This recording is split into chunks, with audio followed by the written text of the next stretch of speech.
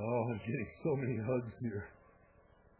You're listening to The Hour of the Time, and I'm Pooh. And I'm Athens. And I'm William Cooper. I pledge allegiance to the flag of the United States of America and to the republic for which it stands, one nation, under God, indivisible, with liberty and justice for all. I'm sorry, fellas. I moved back to get you out of the way, and I accidentally tripped the CD there. You want to do it again? Because Okay. I screwed it up for you?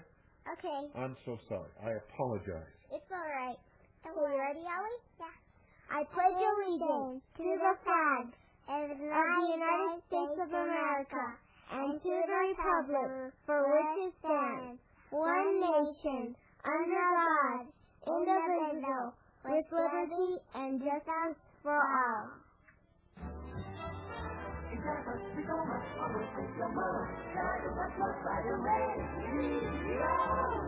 What's the name of the Western plain? Makes a difference where you go.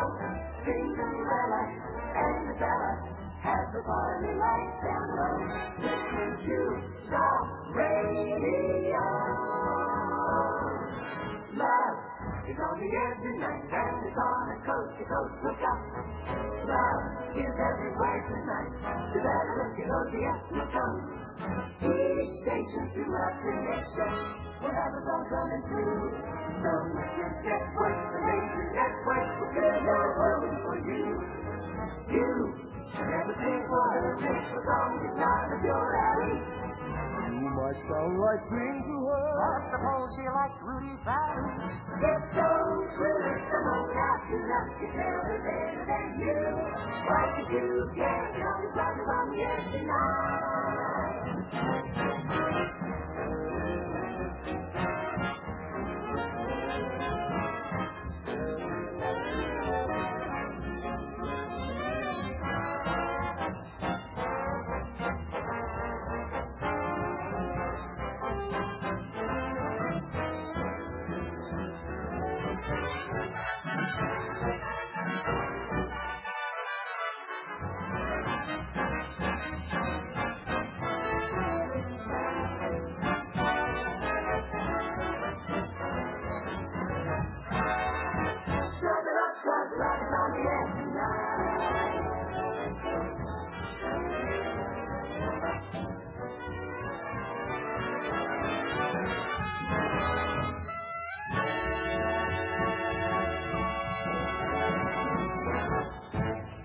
Good evening, ladies and gentlemen. I think you're going to really enjoy tonight's broadcast. At least I hope you will. I know Alan Weiner will at WBCQ.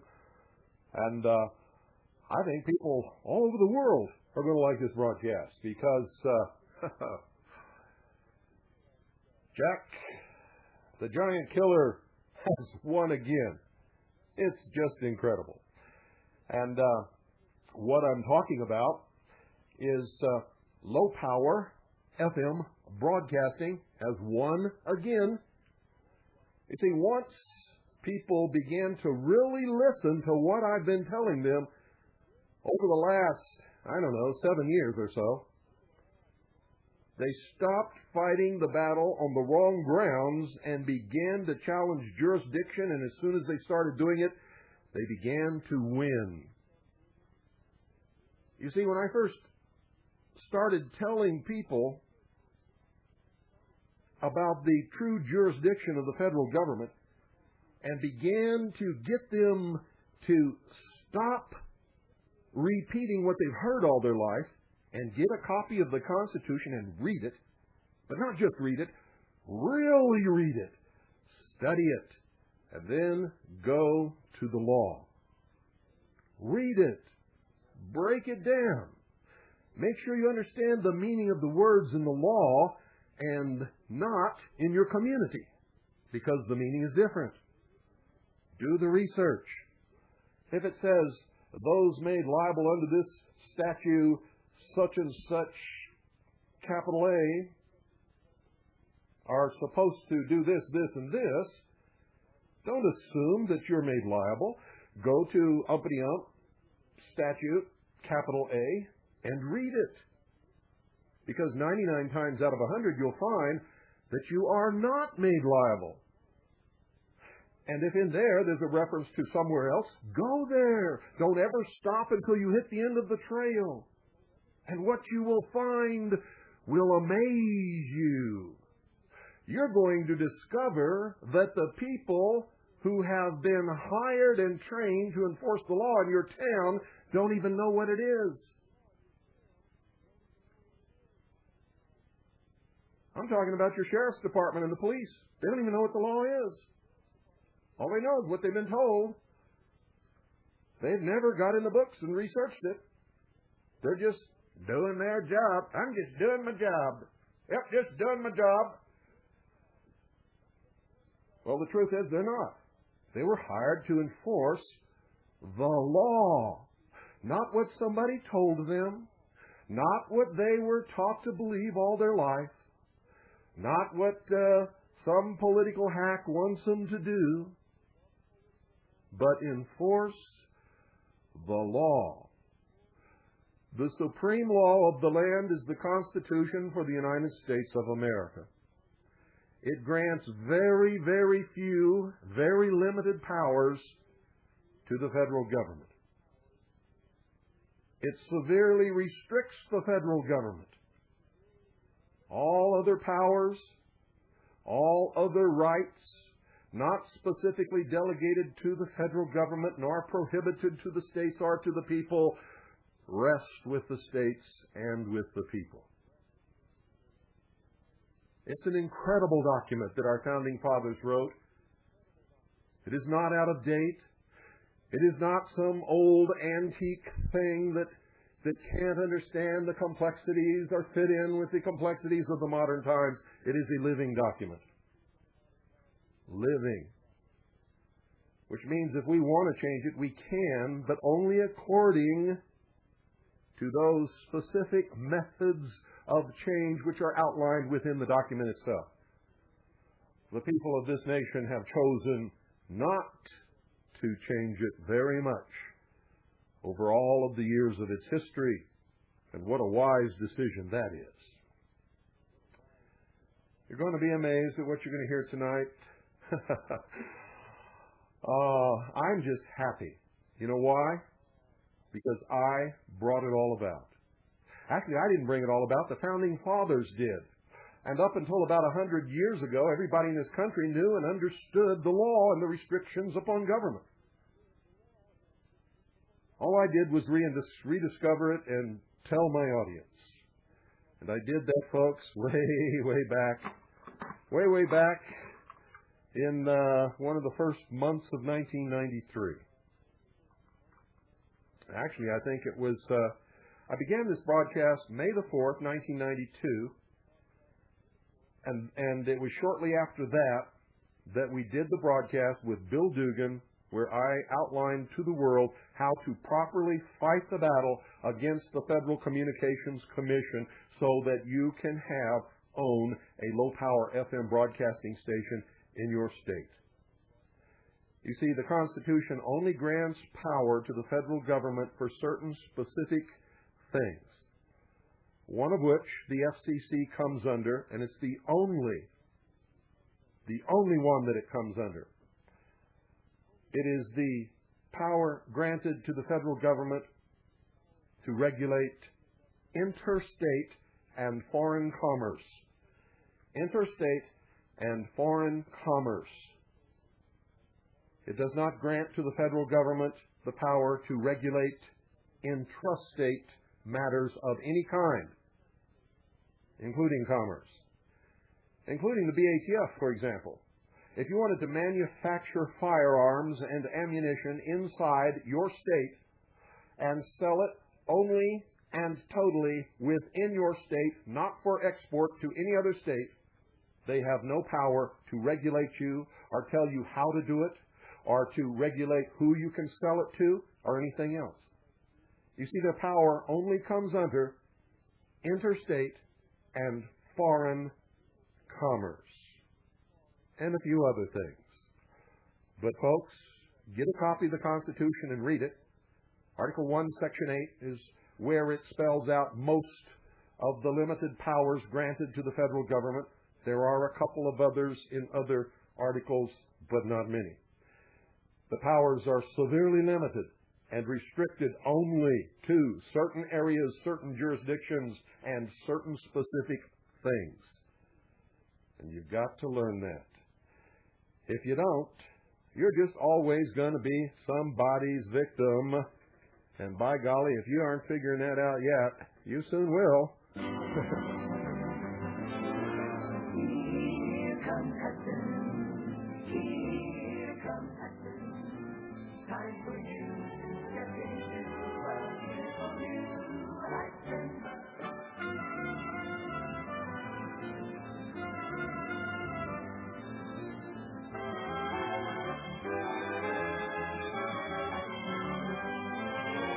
You see me and racing through, rolling, rolling, rolling on the way to you. Stepping through a beautiful new horizon on a rocky. Here comes Hudson. Here comes Hudson. Hudson. Hudson. You know, folks, people in this valley some of them, most of them don't, but some of them, they point up here on this hill and they say there's a nut that lives up there. He thinks he doesn't have to file and pay income tax. Yet these are the same people who can't even find the law that requires them to file and pay income tax. Never read the Constitution for the United States of America in their life. In fact, if you want to know the truth, they probably couldn't tell their head from a hole in the ground if you gave them clues and a map. And that's the truth. If you listen, if you pay attention, I have never attempted to steer anyone wrong. I have always tried to awaken you and put you back on the path to freedom, to the real law, to real, lawful, constitutional Republican government as guaranteed to us in Article 4, Section 4 of the Constitution for the United States of America. Most people don't even know that this is a Republican form of government. And that not only is it a Republican form of government, but it is guaranteed to us that that is the only kind of government we can or ever will have under the Constitution for the United States of America. It is not a democracy. They want you to think that it is, but it's not. This broadcast, ladies and gentlemen, started it all way back in the early months of 1992. Just probably, I think about, maybe 3 weeks after we first went on the air on May the 4th, 1992. Listen carefully. This is the one that brought us to this point where we are now winning against the FCC.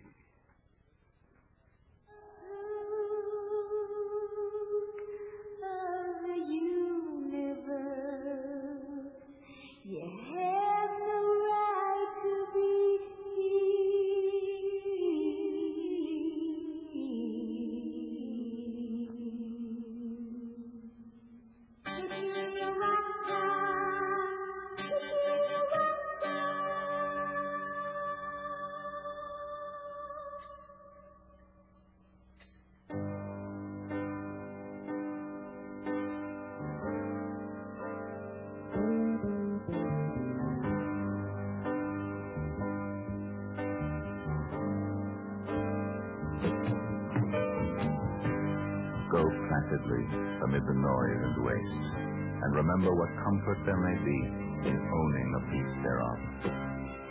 Avoid quiet and passive persons, unless you are in need of sleep.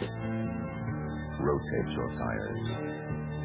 Speak glowingly of those greater than yourself, and heed well their advice, even though they be turkeys. Know what to kiss, and when. Consider that 2 wrongs never make a right, but the 3 do. Wherever possible, put people on hold. Be comforted that in the face of all aridity and disillusionment, and despite the changing fortunes of time, there is always a big future in computer maintenance. You are a jewel of the universe. You have the right to be here, whether you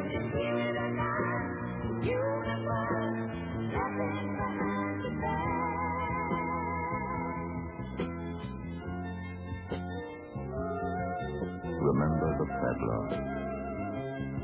Strive at all times to bend, fold, spindle, and mutilate. Know yourself. If you need help, call the FBI. Exercise caution in your daily affairs, especially with those persons closest to you. That lemon on your left, for instance. Be assured that a walk through the ocean of most souls would scarcely get your feet wet. Fall not in love, therefore. It will stick to your face. Gracefully surrender the things of youth, bird, clean air, tuna, Taiwan, and let not the sands of time get in your lunch. Hire people with hooks. For a good time, call 606-4311. Ask for Ken. Take heart amid the deepening gloom that your dog is finally getting enough cheese, and reflect that whatever misfortune may be your lot, it could only be worse in Milwaukee.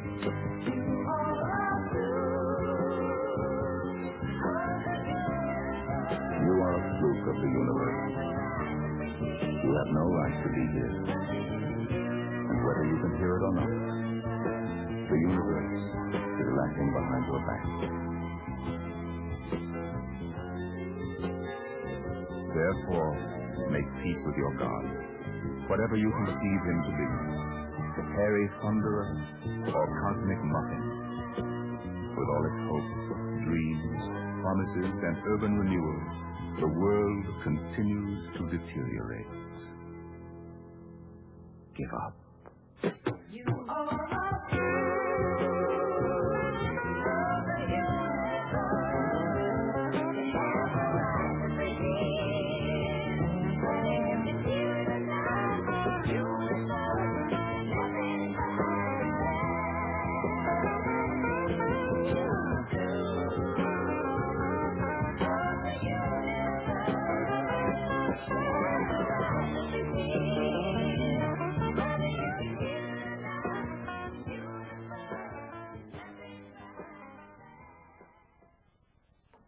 Well, Bill, did you give up? Not at all. Not even thinking of giving up. The fight is only beginning. Well, you heard it, ladies and gentlemen. I can tell you that that's absolutely true. This is one man who's made up his mind that he's not going to buckle in to apparent violations under color of law from a government agency of the federal government, and in this specific instance, the Federal Communications Commission. The man, well, I'll let him introduce himself and tell you what he's been doing and some of his background so that you'll know who you're talking to. My name is Bill Dugan, and I'm owner of Arizona's only unlicensed low-power FM radio station. And I have absolutely no background in broadcasting at all, which is, I think, a plus, because I can't make all the mistakes the broadcasters have made. I have this rather naive and sensational idea that the airwaves belong to the public, in this sense, for my station at least, and the people should be able to come forward and speak on the radio, uncensored, and that's what my station's all about. Well, let's talk a little bit about your background. What do you have? No, my background, I've been in the graphic arts field for 20 years, offset printing, copying. Has nothing to do with radio at all. This is something that, in my college years, I did a brief stint at a college radio station, and I suppose when I was a teenager I had a fancy with radio, but I decided I didn't want to live out of a suitcase all my life. I wanted to fix myself somewhere and have a house and have all the things that you know, normal people want to have. I didn't want to work in Chicago today, New York City tomorrow. I didn't want to be dependent upon ratings, which people in radio are, so I opted out of a career in commercial broadcasting and went on my way for the last 20 years to just work and be happy. And then I kind of got back into the broadcasting. The broadcasting issue itself is kind of a side to the major issue, and that is citizens claiming their rights under the Constitution, and that's what this whole battle is going to be about. And the broadcasting aspect of the whole scene is just the vehicle for putting this claim forward. But I'm definitely dedicated to the radio station. It's not something I'm going to give up tomorrow. It's coming back on the air probably within 30 days, and the fight against the federal government is just beginning. Just beginning. Well, what you just stated as your goal is certainly the goal of this radio station. One of the things that I try to do is wake people up, let them know that they're sheeple instead of people. Oh, yeah. Try to get them back on track, claim their rights, reclaim their status, so that we can reclaim our country before we lose it, and we're rapidly losing it. Before our listeners get too confused, you weren't broadcast. You didn't have anything to do with radio, and all of a sudden you decided to build a radio station. All of a sudden I decided to build a radio station, and dare I say this for fear that it be considered a commercial plug, but it's literally the radio station that Radio Shack built, because I went to my neighborhood store and I bought everything I needed to build my own radio station in my backyard. Well, one of the things we're going to talk about on this show is a mistake that you just made. You said it might be a commercial plug. Now, since you've been talking to me for the last few days, why is that a mistake?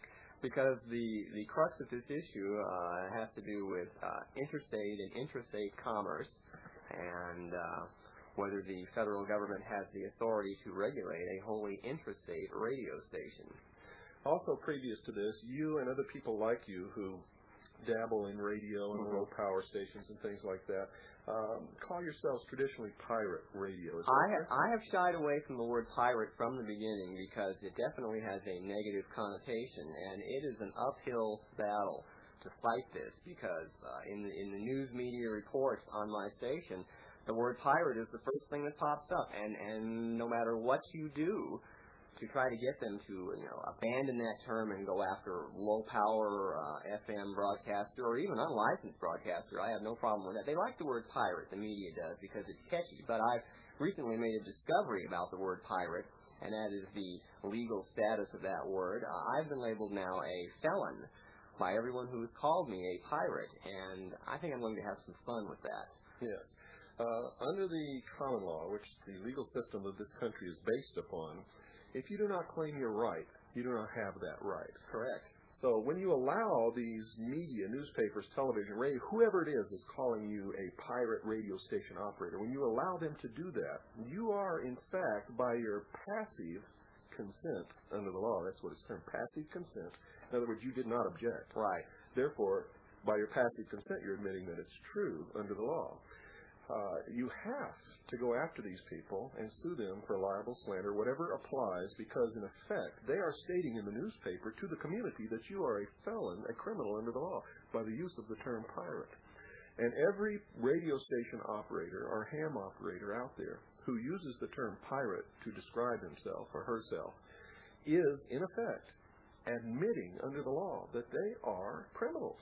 That's very interesting, because just last week I had a gentleman call me from right here in Phoenix, and he's interested in putting together some sort of, I don't know exactly if it's a fundraiser or a media event of some sort. He wasn't really clear for pirate radio broadcasters, and I blew him out of the water. I said, no way. Are you going to have to change the name or count me out? Good. Because those days are over. I have to admit, I certainly don't know all the answers, but I'm learning at light speed. Good. Bill, when you decided to build your station, what did you do? Well, the first thing I did was that I filed a declaration of intent to let everyone know what I was going to do and what my justification was for doing this. It's a legal argument. I didn't go into it in great detail, but I advanced it. I got it out there. I wanted everybody to know the station was going to be here. It was going to be on the air, because that was the whole point. It was a drawing point for the community to come forward and, speak on the radio. A lot of these, I'll call them low-power stations, they operate in the dark, covertly. They're on an hour here, an hour there. No one even knows they exist. I think the majority of the people who engage in this sort of operation do it more for ego than anything else, because they certainly don't have any listeners, unless they actually call their listeners up and tell them they're on the radio. I didn't operate that way. I went with as much publicity as I could get. You were regularly scheduled station? Regularly scheduled, 6 to roughly 10 or 11 at night, 6 nights a week. I even filed my declaration of intent with the Federal Communications Commission to let them know that here I am. So you sent this declaration of intent not only to the FCC, But to the news media? The news media. Did you send it to any state agencies? No, I don't think I sent it to any state agencies. Mostly to the media, because I figured the way to get the most publicity would be to go with the media. Too many state agencies, they would look at it and they wouldn't even know what you're talking about. They would ignore it. Because the state, like most people, is really, in some instances, a sheeple and don't understand that interstate. They don't know the difference between inter and intra. Intrastate, non-commerce broadcasting could fall under state control if state decided to exercise their 10th Amendment rights. Correct. And take control. But as far as I know, there's no state agency in Arizona that regulates or licenses intrastate, non-commercial, or non-commerce, non-common carrier radios. If there's an agency out there, it's very well hidden because I haven't been able to find it. Okay. So, but the important thing is that you sent this declaration of intent to the FCC, and you never heard a word from them. Is Not that a peep. Not a peep. Okay, so they did not reply. And you actually went on the air for how long? 5 months. 5 months. You were on the air. No problems. No problems. As far as you know, there was no complaints from anybody. The biggest problem in my mind was that the station was not, in my mind, it was not being as successful as I wanted. I felt it was being ignored. Right up until the very last day. I got a little media coverage here and a little media coverage there, but there wasn't the outpouring of community support that I envisioned, which didn't really bother me. Being driven by ego somewhat, I decided to keep on going, but then lo and behold, on one night, all hell broke loose. So apparently people were listening out there somewhere. Well, if somebody's always listening. Someone's always listening, yes. But the main point is you broadcasted for 5 months. You didn't get any complaints. No. As far as you know, nobody made any complaints. No, and the important point to make here is technically there's no complaints that anyone can lodge because I built this station as methodically as anyone would build a full... Not so. Because most Americans, you see, being sheeple, believe that the freedom of speech only applies to them. And if you are not espousing the view that they particularly believe in, then they will complain and they will do everything to shut you down, not realizing that in doing that to you, they're also shutting themselves down. But the important point is, at least for my argument with the commission, is that I built this station very clean. There was no technical interference to any other licensed radio station, and that is a crucial point in my argument.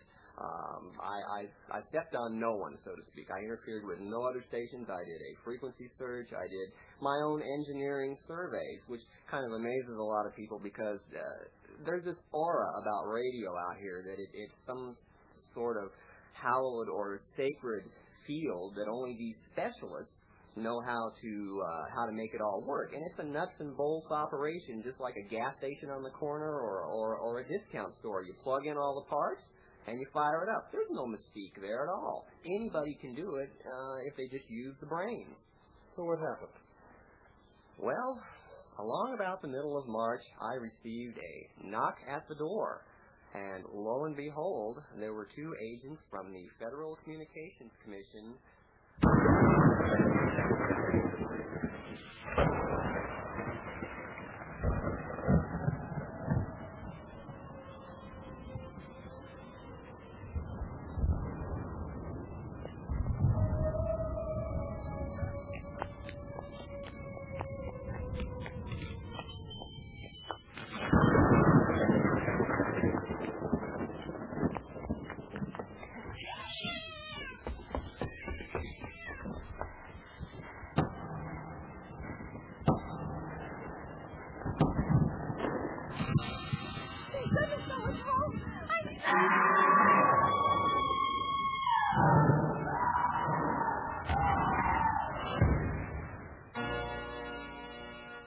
And when you opened the door, what happened? Well, it's just like you see on television. Here's these 2 goons in their $300 suits waving their official-looking badges and announcing that they're from the Federal Communications Commission. And they wanted to talk to me about my radio station. And the door was slammed in their face. And the radio station kept right on broadcasting. Well, that's not what most people do. I mean, why did you close the door in their face? Because they had no authority to even be on my property, let alone to demand the inspection of my radio station. Did they have a warrant? They had nothing. I didn't even get a business card. Nothing. So they were Federal Communications Commission agents. So they said. who wanted to inspect your radio station, and so they said they didn't show any identification? Other than this badge, which in the nighttime hours, could be anything. Well, of course. You can go down to spy headquarters and buy one of those badges. Yes. They're obligated to identify themselves and state jurisdiction and state the law that gives them authority. Mm-hmm. Did they do that? They said the CFRs contain their authority to regulate my radios.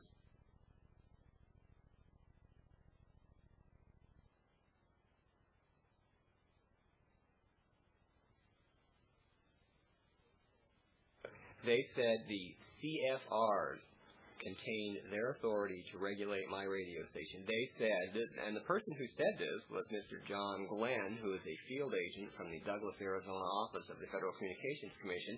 He said, we own the radio airwaves, all of them. He said, we own? He used those words? Yes, we own the radio airwaves? All of them. And I said, cite the authority for this. He said, it's in the CFRs, and that's as far as he went with it. Well, Mr. Glenn, I will tell you on the air on this broadcast that you do not own the airwaves. You are a servant of the people who fall under your jurisdiction. And in fact, under the FCC regulations, the ones that we looked at, you don't have the authority to coerce anyone into doing anything. And in this country, you have no right to enter anyone's private premises without a warrant. I mean, that's in the Constitution. You can request, but you don't have a right. And you don't own the airways. You don't own anything except what you paid for with your fraudulent Federal Reserve notes and have at your house. And statements like that by public servants really, really upset me. I knew it was important not to let these people into the radio station or into my dwelling, because if I did that, I would have been conferring authority upon them to regulate my radio station. And this is where most of these, they use the word pirates. If they want to call themselves pirates, let them call themselves pirates. But that's where most of these tinker toy broadcasters screw up, is they invite the FCC in like they think the FCC is really going to be impressed. And they're I don't know what these people are thinking, but they let them in. Maybe it's that knock at the door, and it's the intimidation factor. Well, it's really the sheeple factor. The sheeple factor. Okay. Most people in their whole life have never had an original thought. They have never read the law. They don't understand what's going on, and they're intimidated by the slightest show of authority. In fact, these men from the FCC were working under what's called the color of law. And for my listeners, let me explain to you what that means. We all know that a police officer in most cities wears a blue uniform. And on that blue uniform usually has a badge, usually has on the sleeve what police department he belongs to, and maybe some other accoutrements of the trade of being a police officer. And we need police officers because sometimes people don't do what they're supposed to do and hurt other people. But suppose a man came to your door dressed in a blue shirt and blue pants and told you that you had to come with him because he was a police officer. Now, that's what you call operating under the color of law. The man was not a police officer. He just wore a blue shirt and blue pants, and he told you he was a police officer. That's the color of law. Usually when you see someone wearing a uniform like that, you automatically think police officer. When a man walks up wearing a suit and shows you a badge and says, I'm from the FCC, but shows you no further credentials, doesn't give you the opportunity to check out his credentials, and tries to make you do something which is illegal under the law, which he has no authority to do, that is operating under the color of law. Now, I know that you've been doing some research. Before you even talked to me, and then after you talked to me, you began looking into other areas and doing more research. What did you find out about the actual jurisdiction of the FCC in your case? Well, there are two sections of the Communications Act of 1934, which is found in the United States Code, Chapter 47, I believe. There's two sections in there that are crucial to my argument, and the Commission, as far as I know, has never quoted one of the sections. The other section, they cite it, but they never quote it. And I think it's because if they actually quoted it, any reasonably intelligent person would look at this and just roll over laughing, saying, well, you know, they're blowing smoke. But they are sections 151 and 152. And section 151 defines the powers and the purpose of the Federal Communications Commission, and that is to regulate interstate and foreign radio transmissions. For the purpose of?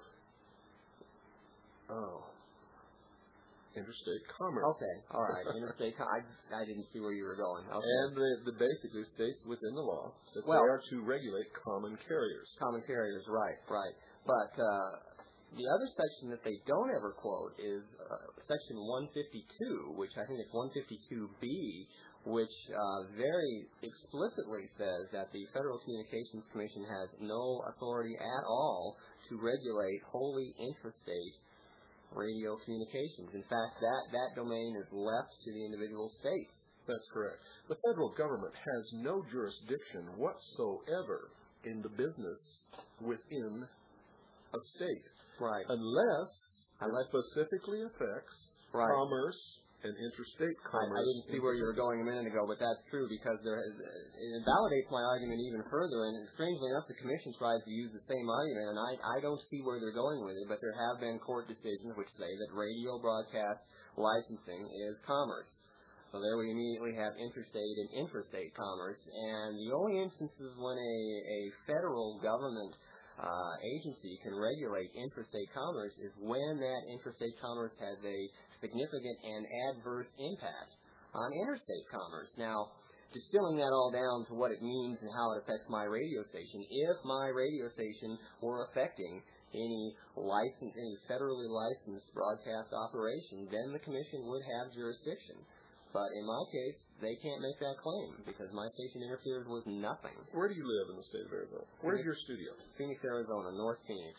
And what is the broadcast range of your... Well, I run a half watt into a gain antenna, which gives me 1.5 watts in one direction, and I'm still pushing half watts the other three directions. Gives me a total coverage area 2.5 to 4 miles.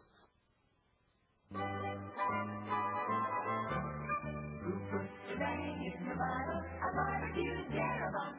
That's who puts the wow and how in the barbecue Jeroboam. It's true.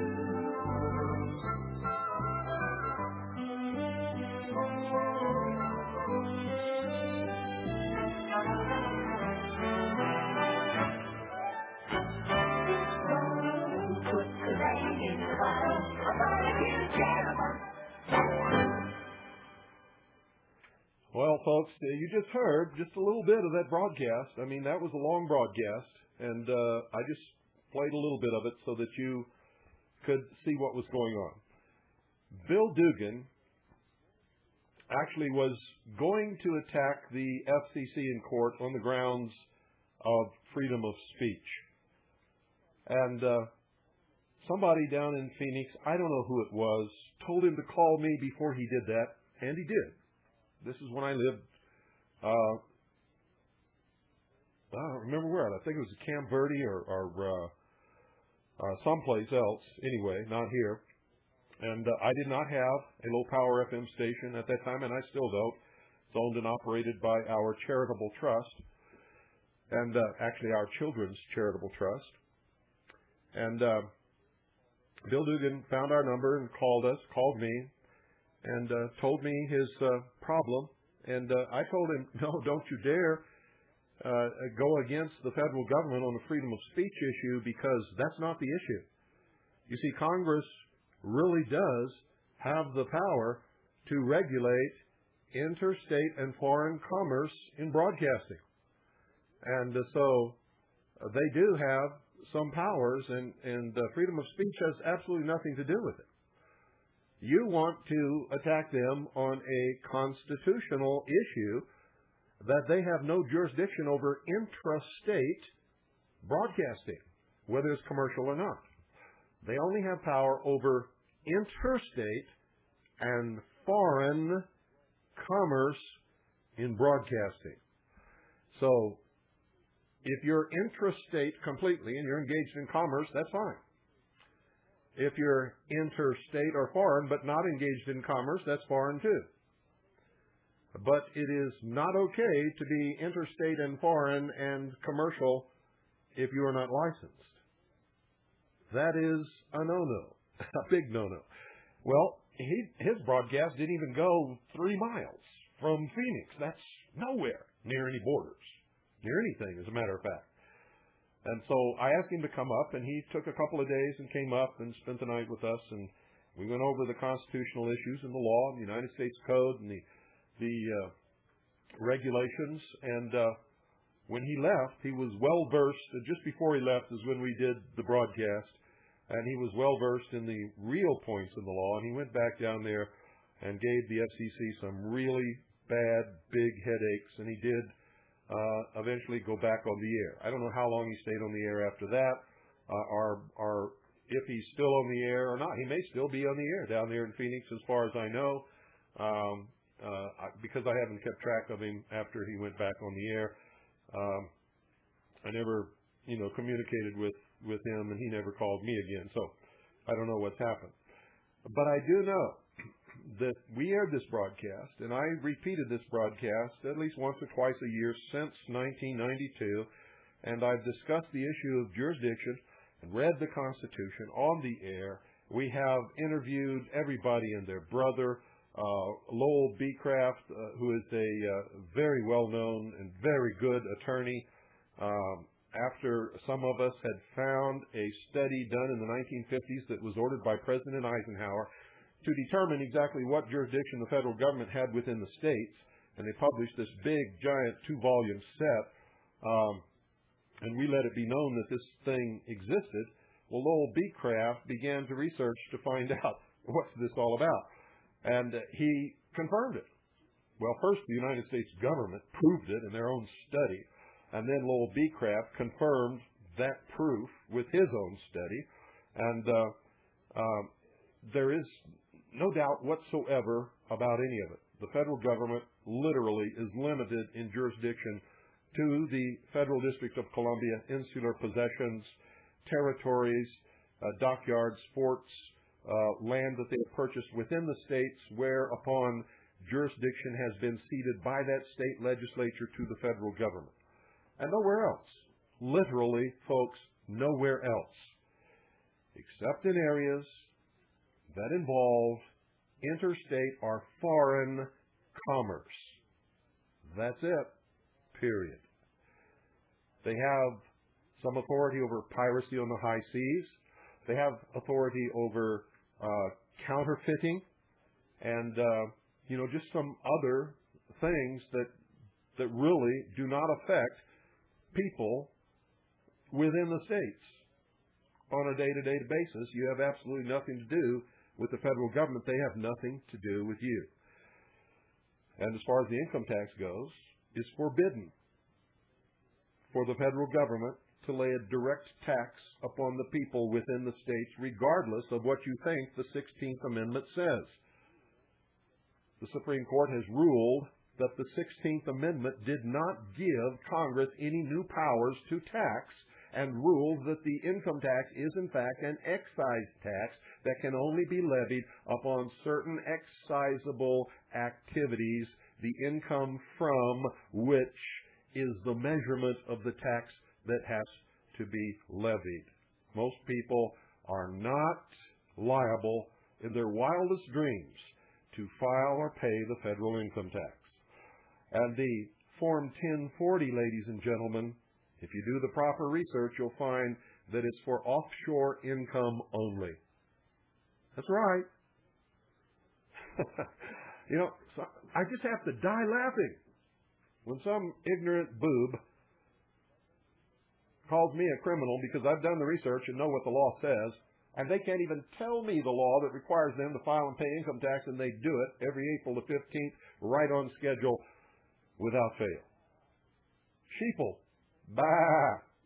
Not just sheeple, stupid sheeple, because once you've been told and you have an opportunity to go and do the research and not have to do it, and you're still doing it, you cease being a sheeple and you start being a stupid sheeple. You've gone over the rim. Same with broadcasting. When I first went on the air with this broadcast station, the owner of the local radio stations, called me up and he said he was going to have me thrown in jail for the rest of my life and fined I don't know how many thousands of dollars. He named some big giant figure. And I told him, I asked him why. He says, because you're not licensed by the FCC. I said, I don't have to be licensed by the FCC. I'm a low-power, FM, non-commercial, intrastate broadcasting station. I do not even come under their authority, by their own regulations and rules, by the law. What he was really upset about, folks, is that once I went on the air with this station, he began to lose listeners because he was foisting his own taste in broadcasting upon the community rather than giving them a wide range to choose from or finding out what the community wanted to hear and giving it to them. Well, I found out what they wanted to hear, and I gave it to them. And so they deserted listening to his station in droves. And we have a huge, tremendous listening audience here who really love this station here in the Round Valley. And it's just absolutely an incredible thing that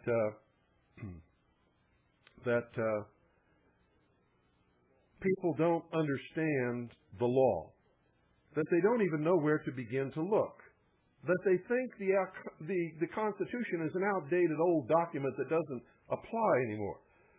And it is the foundation of our government. It is the supreme law of the land. It is what protects them against tyranny. And they're afraid to even read it because they think it's too long to read or they can't understand it or something like that. Think of that, folks. Written by men back in the 1700s, and people who live now in 1998 think that they probably can't understand it if they read it. That's incredible. Good news. Today I received an email from Monty Butterfield of Radio Free Vermont. And you have to know the story here. You see, back in September, on the 28th to be exact, Victor J.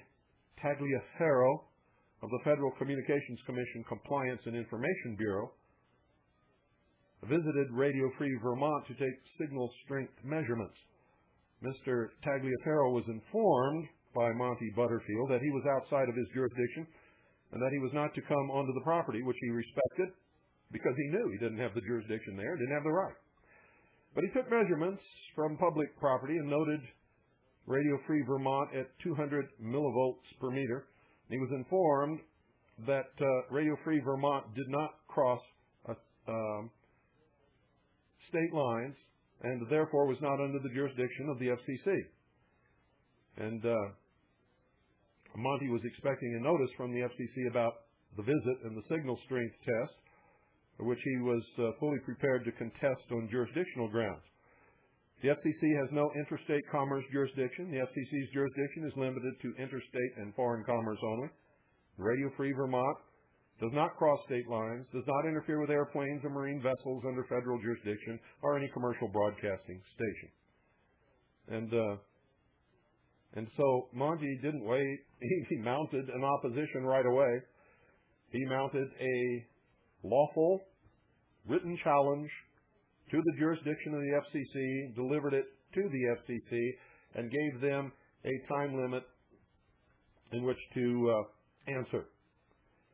And they didn't. They can't respond to a jurisdictional challenge because they have no jurisdiction. That's why they didn't answer. And so here's what Monty's email was to me today. That's a great victory. It says, today I have received the certified return receipt, and he gives the number of the return receipt, for the notice of default cease and desist order signed for at the Federal Communications Commission's New England District Office at 1 Battery March Park in Quincy, Massachusetts, postal code 02169-7495, which was signed for by Christine Del Vecchio. It is now official. The Federal Communications Commission has defaulted on challenge of its jurisdiction over Radio Free Vermont and has been ordered to immediately cease and desist. Any further action by the FCC can and will be prosecuted under Title 18 and other applicable title of the United States Code and Vermont statutes annotated as criminal actions. Copies of the notice of default in order to cease and desist have been mailed to Senator Jeffords, Senator Leahy, Representative Sanders, Senate Judiciary Committee, House Committee on Commerce, Vermont State Police, Vermont Public Service Board, Rutland County Sheriff's Department, and the Rutland County Clerk's Office, and is being recorded at the town of Rutland. In the next few days, time allowing, I will begin to post the documents and other materials to our website, as well as news of the default. Mr. Cooper, I promised you the scoop. It's yours. Very warmest and best regards. Monty James Butterfield, Radio Free Vermont, 96.5 FM in the great state of Vermont. When he was discussing this with the clerks in the post office, there was a couple of FBI agents in the post office, and they gave him a high five on his victory. You see, folks, they know. You don't know. They respect you if you know and you can adequately and properly challenge them in the law and win.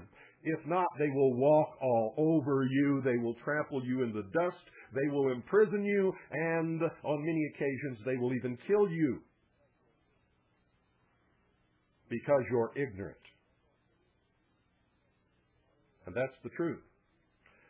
Not only that, but here is a newspaper article from the Daily Telegram, Lenawi, Michigan, August 13th, 1998. When it happened, I covered that story on this broadcast, but many of you may not know it because we were on WRMI, and many of you could not hear this broadcast then. FCC beaten in court by unlicensed radio station. Daily Telegram, Lenawi, Michigan, August 13th, 1998, by Paul Wetter, staff writer. Radio broadcasts continue at Radio Free Lenawi after a federal judge in United States District Court in Detroit threw out a government request to shut down the station. The United States District Court Judge Julian Abel Cooks Jr. dismissed the government's complaint against Reverend Rick Strawcutter. The Federal Communications Commission, saying the low-power station is illegal, sought confiscation of his broadcasting equipment by the Federal Communications Commission. Quote, "It appears to be a victory for us," said Strawcutter's attorney, Patrick M. Edwards of Detroit. "We're very satisfied with the judge's opinion," end quote. Strawcutter said. Edwards was quick to note that while the case was dismissed, the larger meaning of the opinion needs to be examined. "It has more or less left the situation in a state of flux," Edwards said. "It's not clear what parts of the opinion means." The federal prosecutor in the case has indicated she will appeal the decision to the United States Court of Appeals in the Sixth Circuit, Edwards said. The FCC had no comment on the opinion.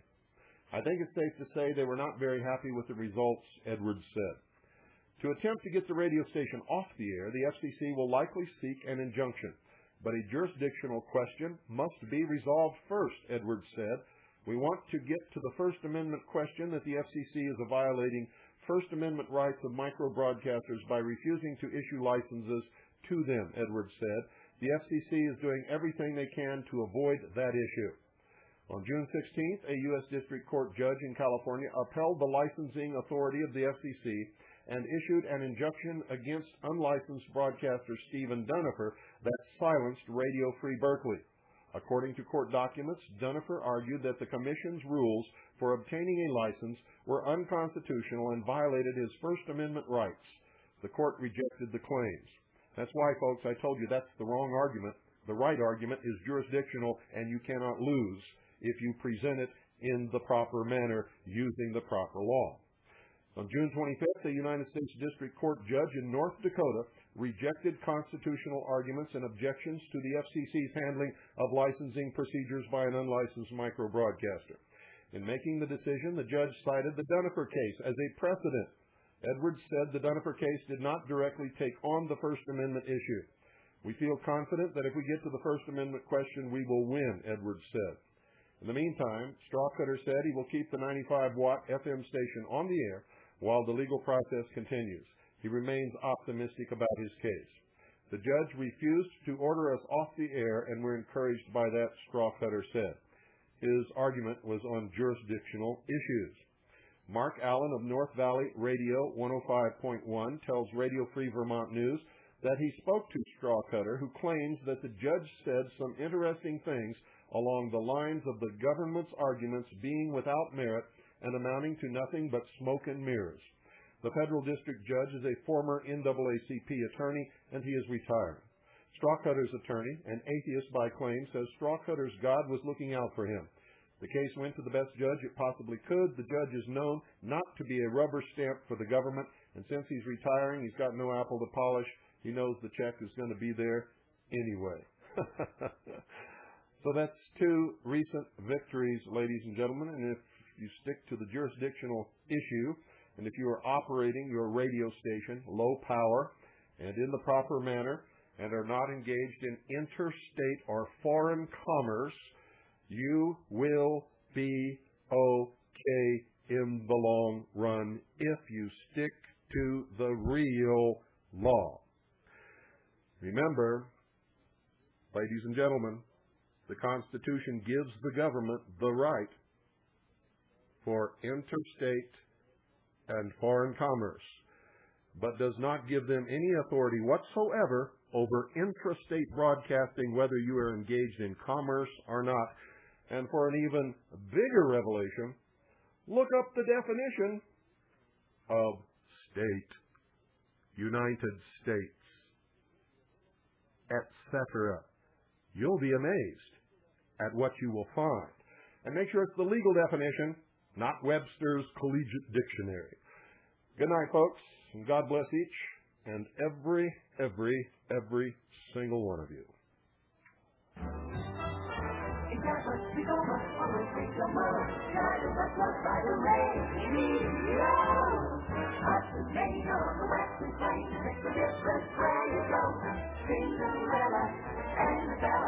Have the party lights down low.